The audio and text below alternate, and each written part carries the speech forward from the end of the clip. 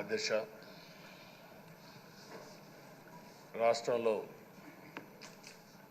రాష్ట్రంలోనే కాదు తెలుగు రాష్ట్రాల్లో అత్యంత సీనియర్ శాసనసభ్యులు మీరు ఒకరు. బీసీ నేతగా గుర్తింపు ఉన్న మిమ్మల్ని నేడు శాసనసభ అధ్యక్ష పదవిలో చూడడం చాలా సంతోషంగా ఉంది అధ్యక్ష.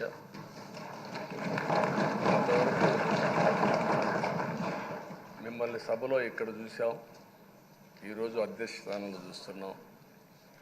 చాలా ఆనందంతో చాలా గర్వపడుతున్నాం. అందరి ఆమోదంతో 16వ శాసనసభకు స్పీకర్గా ఏకగ్రీవంగా ఎన్నికైన మీకు నా హృదయపూర్వక అభినందనలు, శుభాకాంక్షలు. ఈరోజు ఇక్కడ చాలామంది కొత్త శాసనసభ్యులు వచ్చారు. ఒకసారి అయ్యన్న పాత్రుడు గారి జీవితాన్ని కూడా ఆలోచించుకోవాల్సిన, మీరందరూ తెలుసుకోవాల్సిన అవసరం ఉంది. మనందరి మాదిరిగానే ఆయన కూడా ఒక హంబుల్ కుటుంబంలో 1957 సెప్టెంబర్ 4వ తారీఖున ఉత్తరాంధ్రలో నర్సీపట్నంలో జన్మించారు. తల్లిదండ్రులు చింతకాయల వరహాల దొర చెల్లాయమ్మ గారు. యువత రాజకీయాల్లోకి రావాలని ఆ రోజు ఎన్టీ రామారావు గారు పార్టీ పెట్టిన మొదట్లో పిలిపిస్తే 25 సంవత్సరాల వయసుండే సమయంలో రాజకీయాల్లోకి వచ్చిన వ్యక్తి అయ్యన్న పాత్రుడు గారు. అక్కడి నుంచి 7 సార్లు ఎమ్మెల్యే అయ్యారు, ఒకసారి ఎంపీ అయ్యారు. ఎమ్మెల్యేగా, ఎంపీగా, మంత్రిగా తెలుగు రాష్ట్రాల్లో తనకంటూ ఒక ప్రత్యేకమైన ముద్ర వేయగలిగారు. ఏ పదవి ఇచ్చినా ఆ పదవికి వన్నె తీసుకొచ్చిన వ్యక్తి అయ్యన్న పాత్రుడు గారు. వారి కుటుంబం కూడా మనం ఆలోచిస్తే కొంతమంది ఫస్ట్ జనరేషన్లో రాజకీయాల్లోకి వస్తారు. అయ్యన్న పాత్రుడు గారిని చూస్తే 6 దశాబ్దాలు రాజకీయ చరిత్ర కలిగిన కుటుంబం. 1962లో అయ్యన్న పాత్రుడు గారి తాత లచ్చా పాత్రుడు గారు స్వతంత్ర పార్టీ నుంచి పోటీ చేసి గెలిచారు. స్వాతంత్ర సమరయోధుడు గౌత లచ్చన్న సమకాలికుడిగా పనిచేశారు. అదే వారసత్వాన్ని కొనసాగిస్తూ అయ్యన్న పాత్రుడు గారు ఇప్పటివరకు పనిచేస్తున్నారు. 83, 85, 94, 99, 2004, 2014, 2024లో ఎమ్మెల్యేగా విజయం సాధించారు. నర్సీపట్నంలో తెలుగుదేశం పార్టీ పెట్టినప్పటి నుంచి వారే పోటీ చేస్తున్నారు. అది వారి యొక్క ప్రత్యేకత. 7 సార్లు ఎమ్మెల్యే గెలవడం, 16 సంవత్సరాలు మంత్రిగా పనిచేయడం, 1996లో అనకాపల్లి ఎంపీగా గెలుపొంది 2 సంవత్సరాలు అక్కడ పనిచేయడం, తెలుగుదేశం పార్టీ పాలిట్ బ్యూరో సభ్యుడిగా 10 ఏళ్ళు పనిచేశారు. టెక్నికల్ ఎడ్యుకేషన్, రోడ్లు, భవనాల శాఖ, అటవీ శాఖ, పంచాయతీరాజ్ శాఖ మంత్రిగా బాధ్యతలు నిర్వహించారు. 3 సార్లు R&B మినిస్టర్గా పనిచేశారు. అదేవిధంగా మనం ఒకసారి చూస్తే ఎప్పుడూ పోరాట యోధుడు, రాజీ పడని నాయకుడు, ఒక విశిష్టమైనటువంటి లక్షణాలుండే వ్యక్తి. తెలుగు రాష్ట్రాల్లో ఏ మారుమూల ఎవరిని అడిగినా అయ్యన్న పాత్రుడు గారిని గురించి చెప్తారు.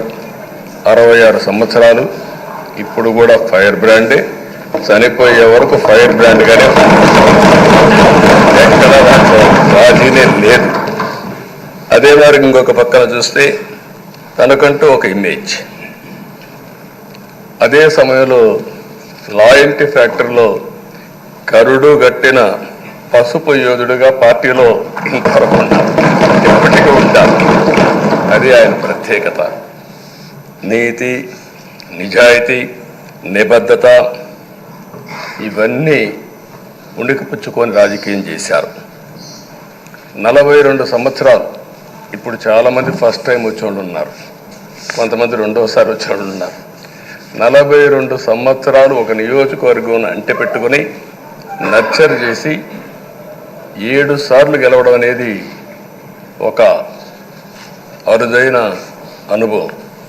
చాలామందికి 2-3 సార్లుగా ఫెట్టెక్కి వస్తుంది. అక్కడి నుంచి మనుషులు మారిపోతూ ఉంటాం.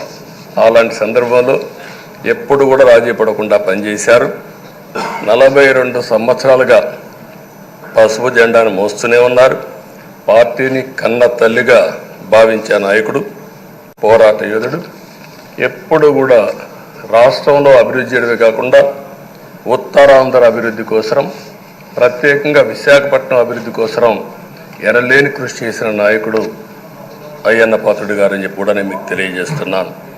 ఇంకొక పక్కన ఉత్తరాంధ్ర సుజల స్రవంతి, విశాఖపట్నం, విజయనగరం, శ్రీకాకుళం నీళ్లు కావాలి, గోదావరి నీళ్లు రావాలి, ఆ ప్రాంతం కూడా బాగుపడాలి, మా కరువు ప్రాంతానికి నీళ్లు కావాలని వెనకబడి క్యాబినెట్ మినిస్టర్గా దాన్ని శాంక్షన్ చేయించిన వ్యక్తి అయ్యన్న పాత్రుడు గారు. దానికి మనస్ఫూర్తిగా అభినందిస్తున్నాను. అందరికి కూడా కష్టాలు వస్తూ ఉంటాయి.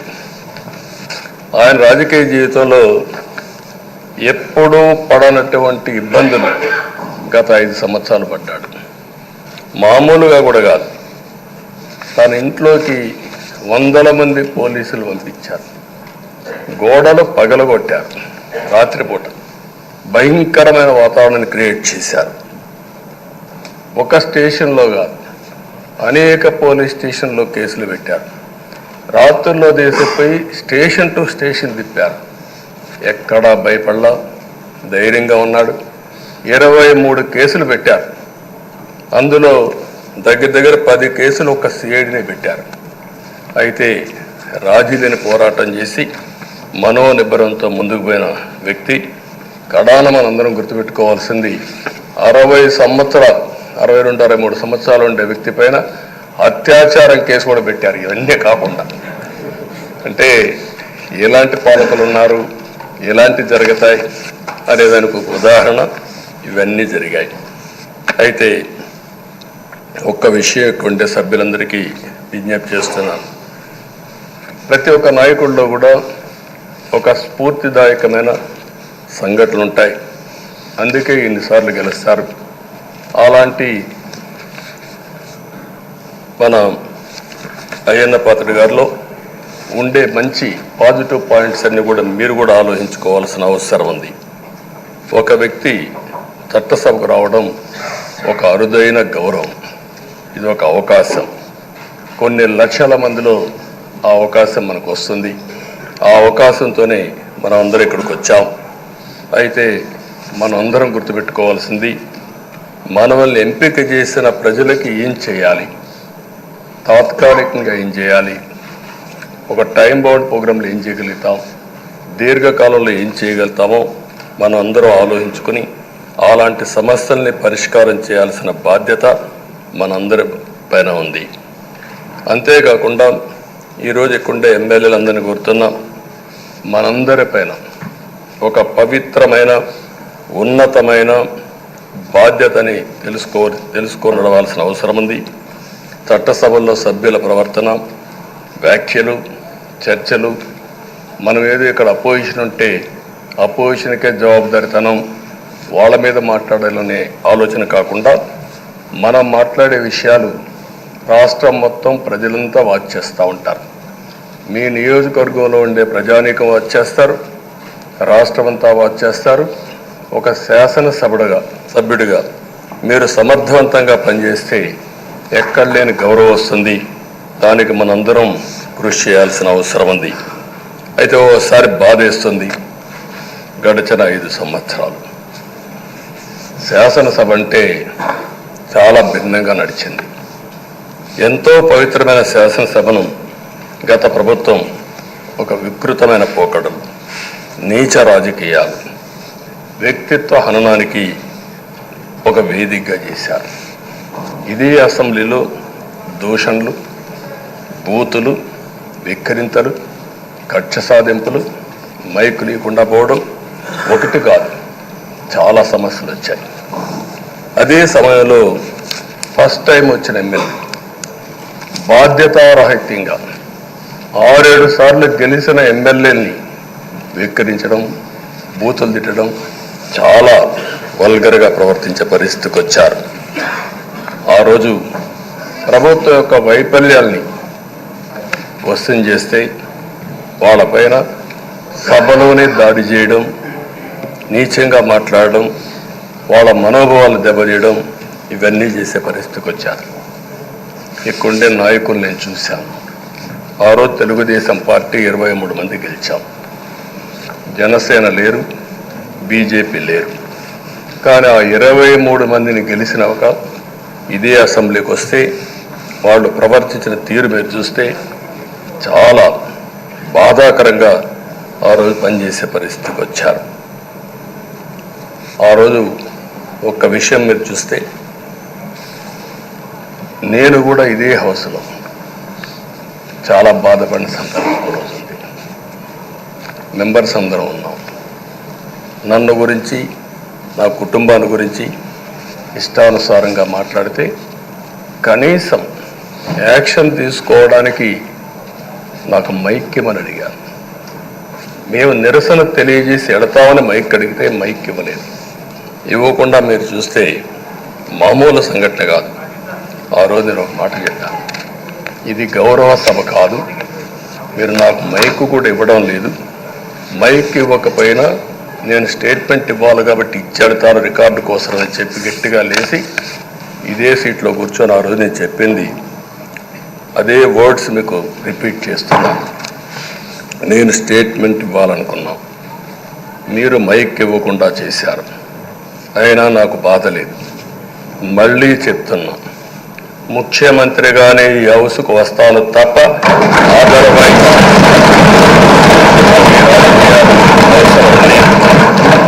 ఇది ఒక గౌరవ సభ కాదు. ఇలాంటి గౌరవ సభలో నేనుండనని మరొక్కసారి చెప్తూ మీకు నమస్కారం. ప్రజలకు విజ్ఞప్తి చేస్తున్నా, నా అవమానం మీరు అందరూ అర్థం చేసుకుని నిండు మనసుతో ఆశీర్వదించాలని కోరుతూ ఈ సభ నుంచి వాకౌట్ చేస్తున్నానని చెప్పి వాకౌట్ చేసి బయట ప్రెస్ కాన్ఫరెన్స్ పెట్టాను. ఎందుకు ఈ విషయం చెప్తున్నానంటే, నా జీవితంలో ఇది 9వసారి నేను ఎమ్మెల్యే. ఈ రాష్ట్రంలో తెలుగు జాతిలో నాకు వచ్చిన అవకాశాలు ఏ నాయకుడికి రాలేదు. 14 సంవత్సరాలు ముఖ్యమంత్రిగా పనిచేశాను. ఇప్పుడు మళ్ళీ ముఖ్యమంత్రి అయ్యాను. 15 సంవత్సరాల పొజిషన్ పార్టీ లీడర్గా పనిచేశాను. కానీ తిరుపతిలో నా పైన దాడి జరిగింది. 24 క్లేమోర్ మైన్స్ నా మీద బ్లాస్ట్ చేశారు. ఆ రోజు కూడా నా కళ్ళలో నీళ్లు రాలేదు. మొట్టమొదటిసారిగా ఎలాంటి సంబంధం లేని నా సతీమణి పైన ఆరోపణలు చేశారు. ఆ ఒక్కరిపైన కాదు, ఈ రాష్ట్రంలో ఆడపడుతులందరిపైన, గౌరవంగా బ్రతికే ఆడబిడ్డలందరినీ అవమానం చేయడం, సోషల్ మీడియాలో పెట్టడం, క్యారెక్టర్ అసాసినేషన్ చేయడం, ఇలాంటి చాలా సంఘటనలు జరిగాయి. దానికి పరాకాష్ఠగా మరో శాసనసభ్యులు కానీ, కొంతమంది అయితే భవానీ శాసన సభలో సభ్యురాలుగా ఉండి ఎన్నో పోస్టింగ్స్ పెట్టే పరిస్థితికి వచ్చారు. అలాంటి సంఘటనలు చూసిన తర్వాత ఫస్ట్ టైం నా జీవితంలో ఆడబిడ్డల కోసరం ఇలాంటి హననాన్ని చేశారని బాధపడుతూ కంటతడి పెట్టాను. ఆ రోజే అనుకున్నా, ఇలాంటి పార్టీ ఈ రాష్ట్రానికి అరిష్టం, ఇలాంటి వ్యక్తిత్వం ఉండకూడదు. మళ్ళీ ఈ రాష్ట్రాన్ని గౌరవ సభ చేసి హోందాగా నడిపించే వరకు నేను పనిచేస్తానని చెప్పి ఒక శపథం చేశాను. ఆ శపథం ప్రకారమే ప్రజలు గెలిపించారు, వచ్చాను. ఈరోజు 2 సంవత్సరాల తర్వాత, ఆ రోజు నేను వెళ్ళింది 2021 నవంబర్ 19వ తారీఖున వెళ్ళాను. నిన్న మీ అందరి ఆశీస్సులతో, ప్రజలందరి యొక్క ఆమోదంతో ఈ సభలోకి ఎంటర్ అయ్యాం. నాకు జరిగిన అవమానం కానీ, ఆడబిడ్డలకు జరిగిన అవమానం కానీ భవిష్యత్తులో ఎవరికీ జరగకుండా కాపాడే బాధ్యత ఈ అసెంబ్లీ తీసుకోవాలని అందరినీ కోరుకుంటున్నాను. నా గౌరవాన్ని కాపాడిన ప్రజానీకానికి మరొకసారి మనస్ఫూర్తిగా ధన్యవాదాలు, అభినందనలు. నా జీవితాంతం రుణపడి ఉంటా. మళ్ళీ నాకు జన్మనంటే తెలుగువాడుగా పుట్టాలని, తెలుగు గడ్డ రుణం తీర్చుకోవాలని ఆకాంక్ష తప్పకుండా ఇచ్చేస్తాను. మొన్న మీరు ఒక్కసారి చూస్తే ఎన్నికల్లో ఇక్కడుండే శాసనసభ్యులందరికీ అనుభవం ఉంటుంది. ఎక్కడో అమెరికాలో ఉండే వ్యక్తులు 5 లక్షలు 10 లక్షల రూపాయలు ఖర్చు పెట్టుకుని ఓటొచ్చి ఓటేయడం, నెల 2 నెలలు పనిచేసే పరిస్థితికి వచ్చారు. వేరే రాష్ట్రాల్లో ఉండే ప్రతి ఒక్కరూ ఇది నా బాధ్యత అనే ఉద్దేశంతో అందరూ వచ్చి ఓట్లేసే పరిస్థితికి వచ్చారు. కొన్ని సంఘటనలు చూస్తే ఆశ్చర్యం వేస్తుంది. హైదరాబాద్ నుంచి ఎన్నికల ముందు రోజున 55 ట్రైన్లు వేశారు. 55 ట్రైన్లో ఫుట్పాత్ల పైన నిలబడుకొని వచ్చారు. ఏసీలో ఫుల్గా, మామూలుగా ఏసీ అంటే ఒక ప్రెషర్ ఉంటుంది, ఎక్కువ మంది ఉంటే గాలి ఆడదు. అయినా కూడా లెక్క పెట్టుకోకుండా వచ్చారు. వీళ్ళందరినీ మనం పిలిస్తే రాలా, మనం ఆర్గనైజ్ చేస్తే రాలా. కానీ ప్రజలు గెలవాలి, ఈ రాష్ట్రాన్ని కాపాడుకోవాలని పిలిపించాం. ఎన్డీఏ, పవన్ కళ్యాణ్ గారు, బీజేపీ, తెలుగుదేశం ముగ్గురం కలిసి దాంతో స్పందించి పెద్ద ఎత్తున ప్రతి ఒక్కరూ మా బాధ్యతను వచ్చారు. అదే మాదిరిగా పేదవాడు భోజనం తెచ్చుకొని బస్సుల్లో వచ్చి ఓటేసి మళ్ళీ వెళ్ళారు. అంటే అంత అభిమానం చూపించారు. వాళ్ళ రుణం తీర్చుకోవాల్సిన బాధ్యత ఈ సభ పైన ఉందని చెప్పి మీ అందరికీ తెలియజేస్తున్నా. ఆ బాధ్యతని మన కళ్ళ ముందు ఎప్పుడూ కనపడవలసిన అవసరం ఉంది. ఈరోజు రాష్ట్రం విధ్వంసమైన రాష్ట్రాన్ని మళ్ళీ గాడిన పెట్టాలి. మంత్రులందరం ప్రమాణ స్వీకారం చేశాం, పవన్ కళ్యాణ్ గారు అందరం కూడా చేశాం. కానీ ఈరోజు ఒక్కసారి ఆలోచిస్తే ఎక్కడున్నామో తెలియని పరిస్థితి, ఎంత అప్పు ఉందో తెలియని పరిస్థితి, చాలా సమస్యలు ఉన్నాయి. అయితే ప్రజలు మంచి ఎమ్మెల్యేలు ఎన్నుకున్నారు. నేను కానీ, పవన్ కళ్యాణ్ గారు కానీ, బీజేపీ కానీ, అగ్రనాయకత్వం అందరం కూడా, నరేంద్ర మోడీ గారితో సహా, ఇంకొక పక్క అమిత్ షా గారు అందరం కూడా మీటింగ్లు పెట్టినప్పుడు చాలా స్పష్టంగా హామీలు ఇచ్చాం. అవి నమ్మారు, మనలందరినీ ఎంపిక చేసుకున్నారు. మీరందరూ కలిసి ఒక మంచి వ్యక్తిని, రాజకీయాల్లో గౌరవాన్ని కాపాడే వ్యక్తిని, పార్టీని నమ్ముకున్న వ్యక్తిని మీరు ఎన్నుకున్నారు. ఈరోజు మనందరం కూడా గుర్తుపెట్టుకోవాల్సింది, ఇక్కడికి వచ్చినప్పుడు అవతల పార్టీ వాళ్ళు మనం ఎగతాళి చేయాల్సిన అవసరం లేదు. ప్రజలు పనిష్మెంట్ ఇచ్చారు. ఇదే హౌస్లో నేను చూశాను. 23 సీట్లు మాకు వచ్చాయి. నేను బాధపడ్డాం. కానీ ప్రజాస్వామ్యాన్ని గౌరవించాలనే ఉద్దేశంతో ప్రజాస్వామ్యుతంగా పనిచేశాం. 23వ తారీఖు ఎన్నికల రిజల్ట్స్ వస్తే దాన్ని వక్రీకరించి 23వ తారీఖున దేవుడు రాసిన స్క్రిప్ట్ ఇది, మీకు 23 సీట్లు వచ్చాయని మాట్లాడారు. ఇప్పుడు నేను అడుగుతున్నా, కూటమికి 164 సీట్లు వచ్చాయి. 1, 6, 4 కూడుకుంటే 11 వస్తుంది. రాష్ట్రంలో దగ్గర 1631 రోజులు అమరావతి రైతాంగం ఆడబిడ్డలు ఉద్యమం చేశారు. ఆ 4 నెంబర్లు కలుపుకుంటే 1, 6, 3, 1 కలుపుకుంటే 11 వస్తుంది. అంటే ఇది కూడా భగవంతుడి స్క్రిప్ట్ అయినా కూడా నేను మాట్లాడడం లేదు, నేను కామెంట్ చేయడం లేదు. ఈరోజు ఉంటే వాళ్ళకు కూడా అర్థమయ్యేది. వాళ్ళు ఉండకుండా పోవడం అనేది వాళ్ళ పిరికితనం తప్ప ఇంకోటి కాదని చెప్పి కూడా నేను మీకు తెలియజేస్తున్నా. అయితే నేను ఇక్కడుండే సభ్యులను కూడా మిమ్మల్ని కోరుతున్నా, మనం ప్రజా సమస్యలపైన దృష్టి పెట్టాలి తప్ప వీళ్ళ మీద కాదని చెప్పి కూడా నేను మీకు తెలియజేసుకుంటున్నాను. ఆ రోజు పవన్ కళ్యాణ్ గారిని అసెంబ్లీ గేటు కూడా తాకనీయం అని పెద్ద పెద్ద డైలాగులు చెప్పారు. 21 సీట్లలో పోటీ చేస్తే 21 సీట్లని గెలిపించారు.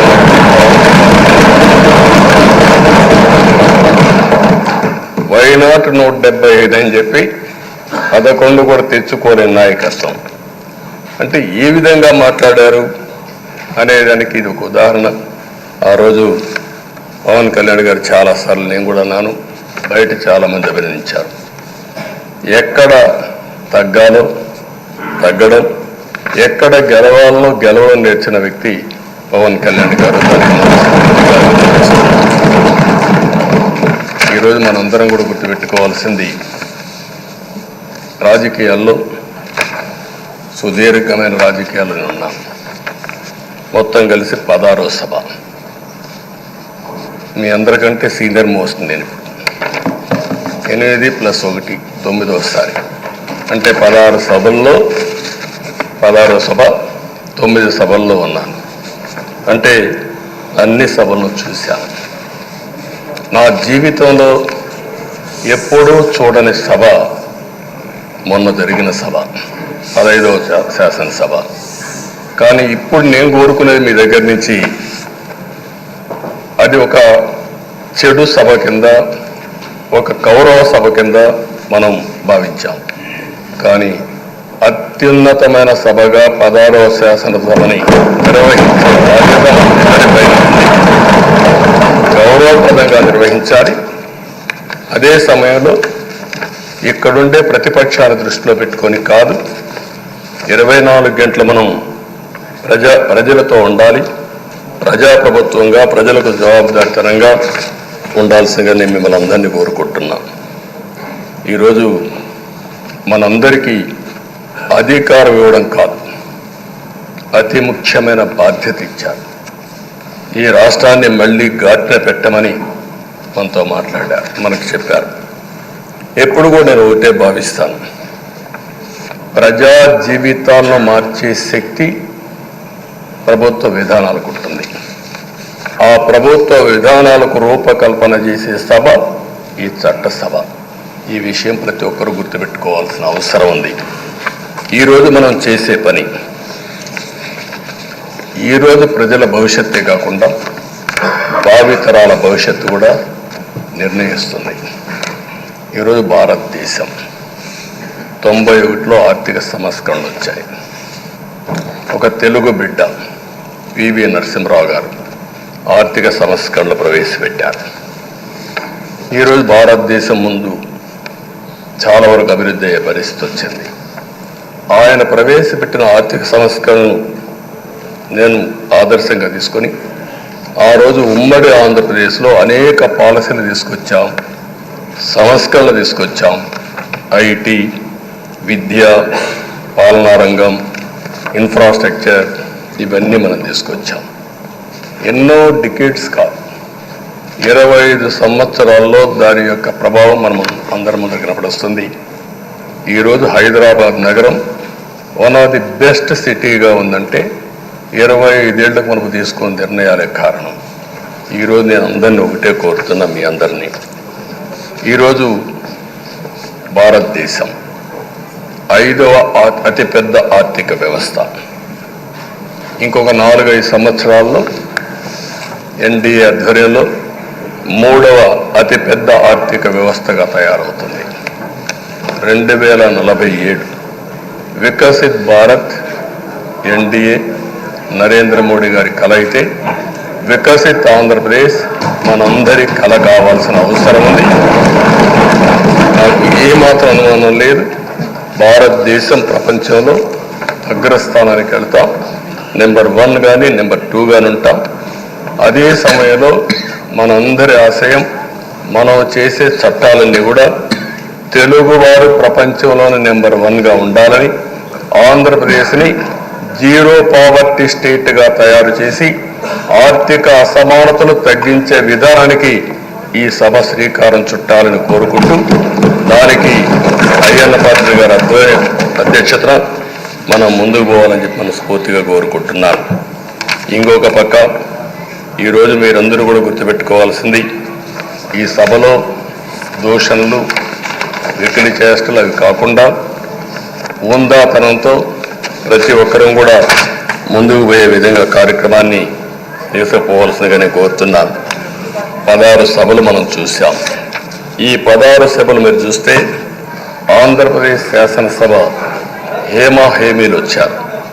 అందులో టంగుటూరి ప్రకాశం పంతులు, ఎన్జి రంగా, నీలం సంజీవరెడ్డి, బెజవాడ గోపాల్ రెడ్డి, తెన్నేటి విశ్వనాథం, గౌత లచ్చన్న, పివిజి రాజు, పుచ్చలపల్లి సుందరయ్య, అయ్యదేవర కాళేశ్వరరావు, చండ్ర పుల్లారెడ్డి, వావిలాలు గోపాలకృష్ణయ్య, మోటూరి హనుమంతరావు, గుంటూరి బాపనయ్య, కాకాని వెంకటరత్నం లాంటి ఉద్దండులందరూ వచ్చారు.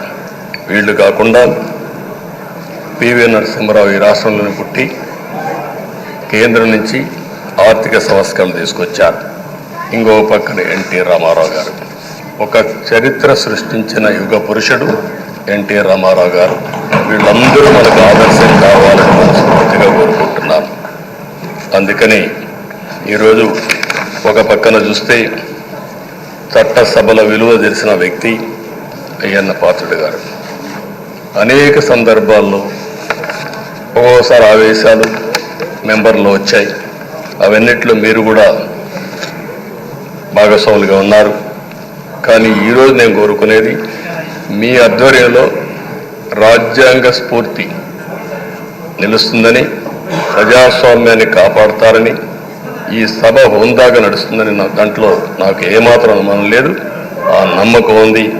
దానికి మరొక్కసారి మీ యొక్క ఆధ్వర్యంలో భగవంతుడు అన్ని విధాల మీకు ఆ శక్తినివ్వాలని, తప్పకుండా ఈ అసెంబ్లీ సెషన్స్లో ఈ 5 ఏళ్లలో రాష్ట్రానికి కొన్ని సమస్యలు ఉన్నాయి. వాటి మీద ఎక్కువ మనం ఫోకస్ పెట్టాల్సిన అవసరం ఉంది. రాజధాని కట్టుకోవాలి, పోలవరం పూర్తి చేసుకోవాలి, నదుల అనుసంధానం చేసుకోవాలి, పెట్టుబడులు రావాలి, మౌలిక సదుపాయాలు కలిగించాలి, బీసీలకు, బడుగు బలహీన వర్గాలకు న్యాయం చేయాలి. ఏది చేసినా పేదవాళ్ళ దృష్టిలో పెట్టుకొని ఈ అసెంబ్లీ చేసేటప్పుడు మీ అపారమైన అనుభవాన్ని మీరు ఉపయోగించుకొని ఈ సభను సక్రమైన దారి నడిపించడానికి మీరు దోహదం చేయాల్సిందిగా మిమ్మల్ని అందరినీ కోరుకుంటూ, ఈరోజు మీరేసే మీ ఆధ్వర్యంలో జరిగే చర్చలు 2047కి తెలుగు జాతి ప్రపంచంలోనే నెంబర్ 1గా ఉండడానికి, ఈ రాష్ట్రంలో పేదరికం లేని సమాజాన్ని నిర్మాణం చేయడానికి, ఆర్థిక అసమానతను తగ్గించే దిశగా మన ప్రయాణం సాగడానికి పూర్తిగా మీ ఆధ్వర్యంలో సాగాలని చెప్పి కోరుకుంటూ, మరొక్కసారి మీకు భగవంతుడు అన్ని విధాల ఆయురారోగ్యాలు ఇచ్చి ఈ సభను సుజావుగా కార్యక్రమానికి శ్రీకారం చుట్టాలని కోరుకుంటూ మీకు నమస్కారం తెలియజేస్తున్నాను. పెద్దలు గౌరవనీయులు పవన్ కళ్యాణ్ గారిని మాట్లాడవలసిందిగా కోరుతున్నాను.